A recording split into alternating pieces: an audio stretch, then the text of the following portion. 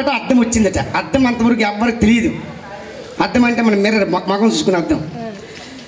ఒక రైతు పొలం తంతుండి ఆడికి అక్కడ ఒక అద్దం మొక్క, చిన్న అద్దం మొక్క దొరికింది. అద్దం పెంకు ఎప్పుడూ అంత ముందు ఎవరో చూశారు. అద్దం పడిపోయి రైతుకి ఆ పొలం తంతుండి అద్దం దొరికింది. వాడు చూసుకోండి మొఖం, అది మొఖం వాడు ఎప్పుడు చూసుకోలే. అలా ఈ మొక్క వాడు చూశాడు.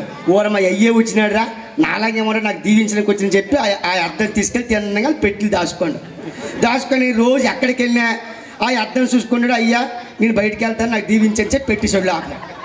ఇలాగా రోజు ఎక్కడికి వెళ్ళి క్యాంప్ వెళ్ళినా అద్దం తీయడము, మొఖం చూసుకోవడము, ఉదయం లేచిన వెంటనే అయ్యా బాగుండవా అనుకుని అద్దం చూడడము, మళ్ళీ పెట్టి దాచడము. అలా ఆవిడ చూసింది. ఏటిడు రోజు పెట్టి దగ్గరికి వెళ్తాడు, పెట్టి దగ్గరికి వెళ్ళి ఏదో చూస్తాడు, మళ్ళీ నవ్వుకుంటాడు అని అలా ఆవిడ చూసింది. అది ఎప్పుడు అద్దం చూడలేదు. అలా ఆవిడ వెళ్ళిపోయిన తర్వాత చూసింది. చూస్తే గేట్ లోపల ఉంది, అద్దం కనిపించింది, దాని మొఖం కనిపించింది. అంతకుముందు అది మొఖం ఎప్పుడు చూసుకోలేదు.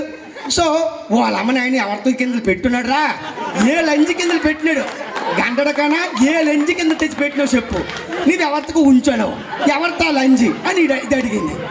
నేను ఎవరితో పెట్టినా మా అయ్య అంటాడు. చూడే మా అయ్య, అది చూసింది. ఆ లంజి ఉంది, మా అయ్య చూడే మా అయ్య, అది చూసింది. లంజి కన్నా చూడు గంట కన్నా లంజికి పెట్టినది.